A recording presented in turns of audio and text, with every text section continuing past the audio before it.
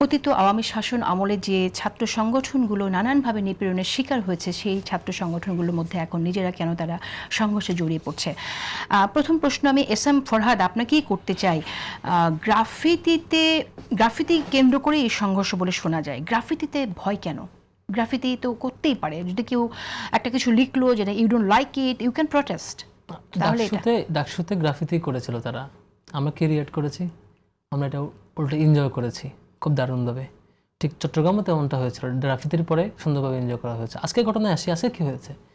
আজকে ঢাকা বিশ্ববিদ্যালয়ের শিক্ষার্থী আব্দুল্লাহ মাহমুদ, তিনি শিবিরের আগের কমিটির একটা সম্পাদক পোস্টে ছিলেন, গত বছরের কমিটির। তার নামে একটা ফটোকার্ড ছড়ানো হলো, যেটাতে জাইমা রহমান এবং তার রহমানকে বেশ কুরুচিপূর্ণ লেখা হলো যে ফটোকার্ডটাতে, যেটা তার নামে এডিটেড ফটো।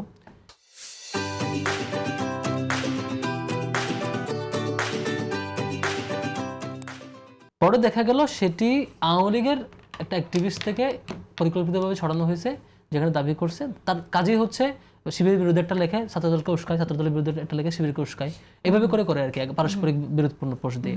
তো যাই হোক, এই ঘটনা ঘটার পরে আমি নিজেও তো আমার কোনো ভাই যদি এরকম কেস করে তাকে আমি নিজে থানা দিব, স্বাভাবিক ব্যাপার যে লেভেলের ল্যাঙ্গুয়েজ ইউজ করা হয়েছে।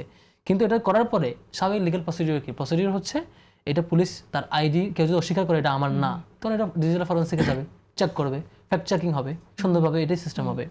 তো যখন এটা ছড়ানো হলো, মাহমুদ নিজে বললো যে এটা আমার পোস্ট না, এবং আমি নিজে থানায় গিয়ে পুলিশকে দেখাচ্ছি এবং আমি নিজে জিডি করে আসছি। কিন্তু এর মধ্যে হলো কি, তাকে ছাত্রদলের বিভিন্ন পর্যায়ে নেতা কর্মীরা ফেসবুক আইডি থেকে হুমকি দিয়েছে, তোকে মেরে ফেলবো, খুন করে ফেলবো, এ করে ফেলবো, সে করে ফেলবো, অসংখ্য আইডি থেকে। তারপর একটা গ্রুপ তার হলে রীতিমতো গেল, হলের রুমে গেল যে তাকে পাইলে পিটাবে, এরকম একটা অবস্থা। ওয়েল, তাও করলেন, ঠিক আছে। তারপর মাহমুদ গেল থানায়, ভাবলো যে থানা বোধহয় সেফ, ডেমোক্রেটিক কান্ট্রি, আইনের সুশাসন থাকবে। থানায় যাওয়ার পরে থানায় তাকে আটকে রাখা হলো। সেখানে তার সঙ্গী যারা আশেপাশে হাসিব, আলবি, 2-3 জন তার সাথে ছিল, তাদের উপর আক্রমণ করা হলো। কেন? থানায় গেলে আপনি যদি সে অপরাধ করে থাকে, পুলিশ তাকে ধরবে, পুলিশ চেক করবে সেটা করছে কিনা। থানার ভিতরে নিরাপদ জায়গা না, পুলিশ সিকিউরিটি দেওয়ার কথা না, বরং যে আইনের শাসন নিতে চাইতে গেল তাকে আক্রমণ করা হলো, পরপর 3-4 জনকে। এরপরে শেষ পর্যন্ত বাধ্য হয়, যেহেতু প্রত্যেক ঢাকা ইউনিভার্সিটির শিক্ষার্থী মুসাদ্দেক, জুবাইর, জুমা সহ কয়েকজন ডাকসুর, তাদের উপর আক্রমণ করা হলো আবার আরেক দফা। যেখানে দেখলাম আমরা ছাত্রদলের বিভিন্ন মহানগরের কমিটি, যুবদলের বহিরাগত সবাই মিলে বিভিন্ন লাঠি সুটা বিভিন্ন কিছু নিয়ে হাজির এর মধ্যে আমি বিসিকে ফোন দিলাম, বিসি স্যার, প্রক্টর স্যার, পুলিশের প্রশাসন, ঊর্ধ্বতন প্রশাসন এবং বিএনপির বেশ কয়েকজনকে, প্রত্যেকে নীরবভাবে এটা এনজয় করলো। তারা প্রত্যেকেই ইনফর্মড, অলরেডি ফ্যাক্ট চেকিং প্রতিষ্ঠান থেকে জানানো হইলো, বিভিন্ন প্রতিষ্ঠান থেকে, যে এটা ফেক, এডিটেড। এরপরও তাকে মারে ফেলবো, খাইয়ে ফেলবো, যে আসবে গুম করে ফেলবো, এই করবো, সেই করবো।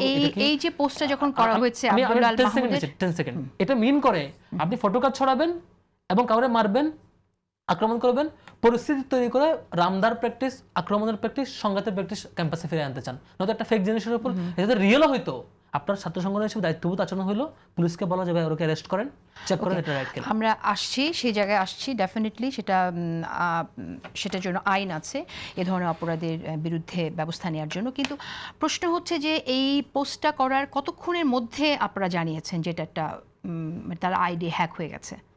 আইডি হ্যাক হয় নাই তো, আইডি হ্যাক হয় নাই, এইটা আরেকজনের পোস্ট, ফটো এডিট করে আইডি এডিট করে প্রচার করছে, এটা তার পোস্ট। আইডি হ্যাক হওয়ার প্রশ্নই আসে না, তার আইডিতে এই পোস্ট হয়ই নাই। এটা আরেকজন, এটা হচ্ছে আরেকজনের একটা পোস্ট, সে পোস্টটা কাট করে তার আইডির উপরে কাট করে একটা নিচে বসিয়ে দিয়ে ফটোকার্ড বানিয়ে প্রচার করা হলো, প্রচার করে তার উপর চাপাই দেওয়া হলো। সে চ্যালেঞ্জ করছে আমার আইডি ফরেনসিক রিপোর্টে দেন, চেক করেন। ডিজিটাল ফরেনসিকে তো আইডি পোস্ট ডিলিট করলেও পাওয়া যায়। ওকে, আমি এবং একটু এরপরে যখন সাংবাদিকরা ওখানে গেল, সাংবাদিকরা তো আপনারা তো নিউজ কভারেজের জন্য যান সাধারণত থানায়, এখন তাদের আক্রমণ, এই মব থানার ভিতরে সন্ত্রাস এবং লাঠি শুট, এগুলো ভিডিও হবে দেখে সাংবাদিকের ভিতরে আক্রমণ করলো।